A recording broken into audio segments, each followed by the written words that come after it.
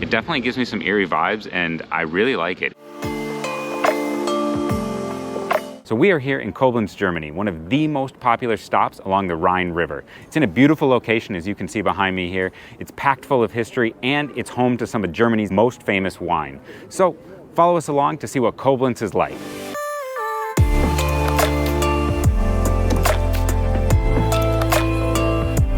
So right now we're about to head into the church right here. It's called the Church of Our Lady, or in German, the Lebfrauenkirche. And it wasn't really something we had looked up, but we kind of stumbled across it because of the tall towers here. And we're gonna go inside and check it out.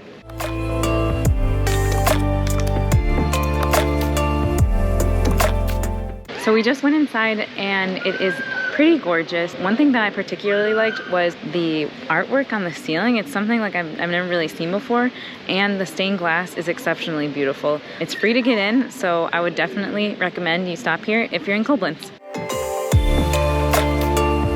Now, a unique and pretty interesting thing here in the Altstadt, or the old town of Koblenz, are the statues, and they're all over the place. Now, there are a few that are super special and definitely stand out, and you're going to have to check out when you're here, which is one we are actually headed to right now. But you're gonna have to stay tuned through this whole video to make sure you get a glimpse and a little bit of history about all of them, because they are pretty unique, and it's something you're definitely gonna wanna see when you visit Koblenz.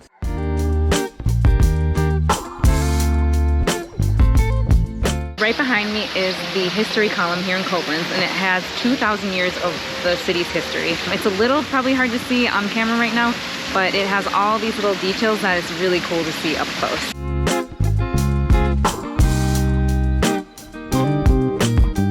Now, Koblenz sits right at the confluence of the Mosel and the Rhine rivers.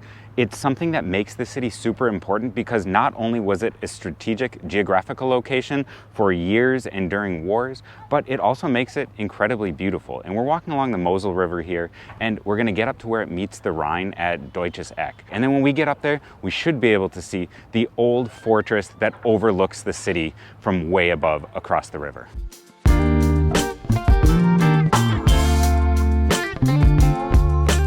So we are here at Deutsches Eck, or the German corner, and behind me here you have the famous statue of Wilhelm I, and it's really cool at the confluence here of the Rhine and the Mosel rivers. You can see why this was such a strategic geographical point throughout all of history, from the 1st century AD by the Romans all the way, perhaps until now if you look at it that way. However, there is an electronic wine festival happening right now, and this area, the Mosel Valley, is known for its wine in Germany, which we are going to be trying later in this video, and you do not want to miss out on, because it's perhaps the most famous area in Germany for wine. But kind of the electronic musical festival scene that happens from 6 p.m. to 3 a.m. It's not something we're going to be doing, but it does perhaps take away a little bit from enjoying the historic part of Deutsches Eck, or the German corner, here in Koblenz.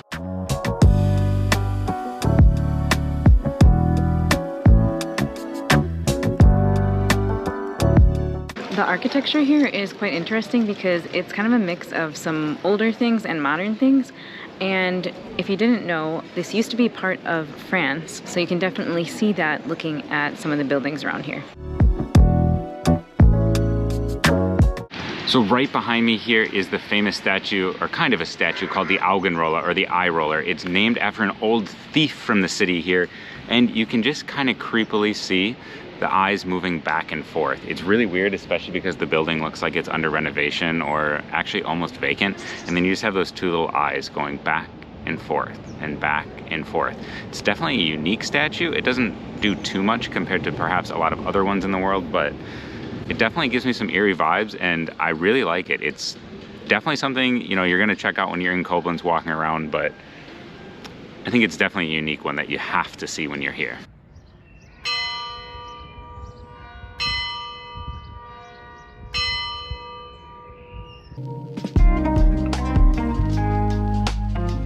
So after exploring and walking around, we've worked up quite the appetite, and we're gonna head to the oldest brewery here in the center of Koblenz. Let's see how it is.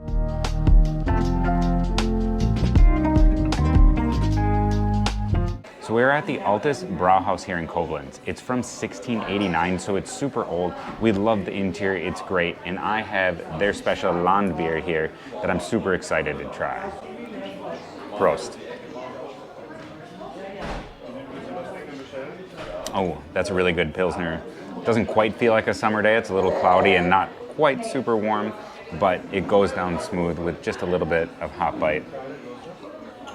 I really love German Pilsners, and we have vegan schnitzel on its way. So I got the vegan schnitzel here. We've only had one of these before, and we actually had it in our Wenigerode video. It was just a really beautiful town in the Harz Mountain. I'm pretty excited to try it because that one was really good. The sauce on it is pretty good, but what I will say is it tastes more just kind of like a mix of veggies, almost like a glorified veggie burger that's called a vegan schnitzel. The other one in Wenigerode was actually delicious and tasted what I would imagine a real schnitzel to taste like. I've only had bits and pieces of other people's, never actually my own one. So I suppose stay tuned for another video because eventually I will be trying a schnitzel here in Germany.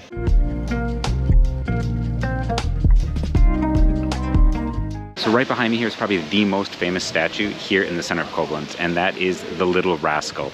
It's something you definitely have to see. It's right next to the Rathaus. It's in this little square that's super beautiful. It randomly spits water at people, hence giving it the name the Little Rascal. It's on a bunch of stuff all over the city, so you're definitely gonna see pictures of it, but coming to see the real thing is pretty cool, especially when it does spit water like it just did behind me here. Now, I didn't get anyone because it's not super hot today, but if you're looking to be refreshed on a hot summer day here in Koblenz, make sure to stand under it.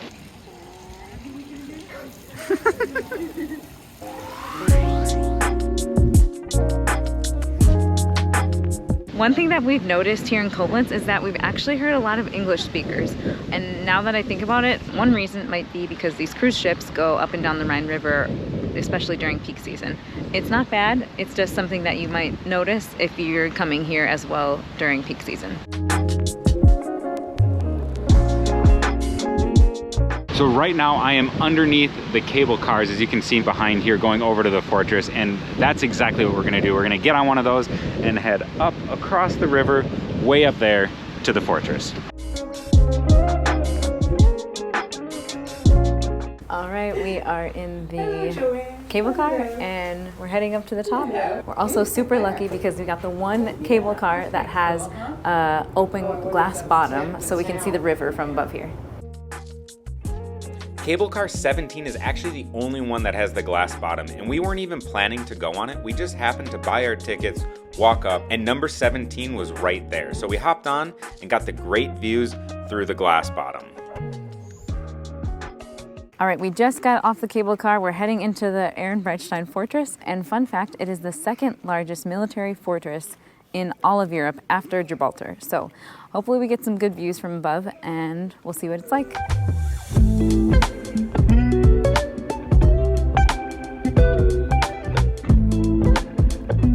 So we got up to the top, we made it through the fortress, and what an incredible view. The lady who sold us our tickets for the cable car recommended coming up here and buying the extra ticket for the fortress so we could enter and get this awesome view, and I highly recommend it. It's beautiful from up here, and you can just get a different view of the city from up here. So it's spectacular, highly recommend.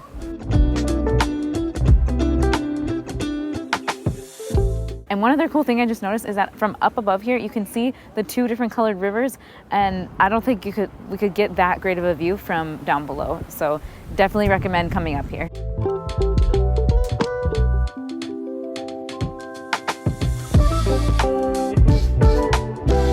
So we paid 19 euros for 2 tickets to get into the fortress. We would say it was definitely worth it just for the view. Now, there are a ton of other museums and exhibits you can go to here in the fortress. However, we kind of skipped them because traveling with a baby, it's just not the easiest thing to do. If you've been to them and if they're worth it, make sure to let us know in the comments because it's probably something we would check out, but we didn't this time.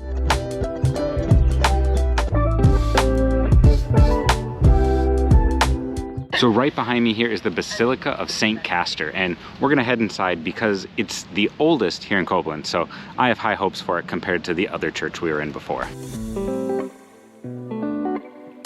Wow, I just love these little ornate details in the ceilings, just as Becca had said in the first church.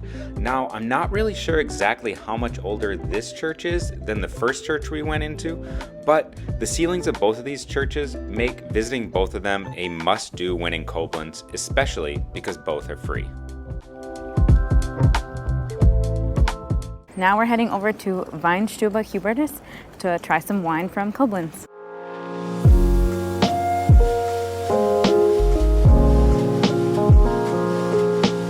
All right, so at the Weinhaus Hubertus, we decided to get some Mosel wine here. It's a dry Riesling from the area that they had recommended. I don't really know a lot about wine. We talk a lot about beer in here, and I can tell you a lot about beer, but I'm not really a wine connoisseur, but let's try it. Oh, that's pretty good.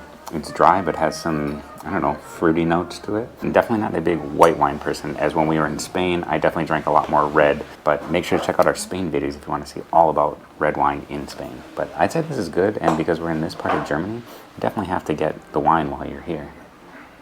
I have here a red Riesling from winery Freimuth, and I've never had a red Riesling before, so I'll give it a taste.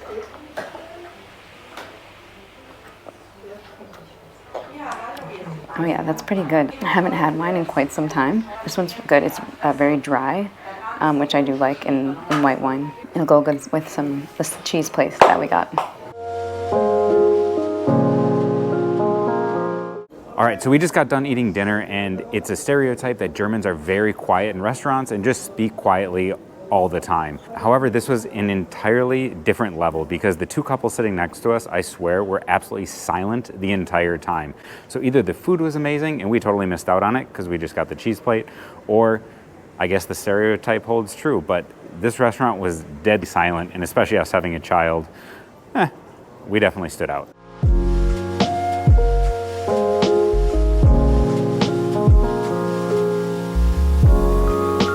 So if you're loving travel content like this here at My Travel BF, where we travel deep, explore local history, as well as local authentic food, make sure to check out the other videos that are popping up on the screen here, and we'll see you over at those other videos. Bye.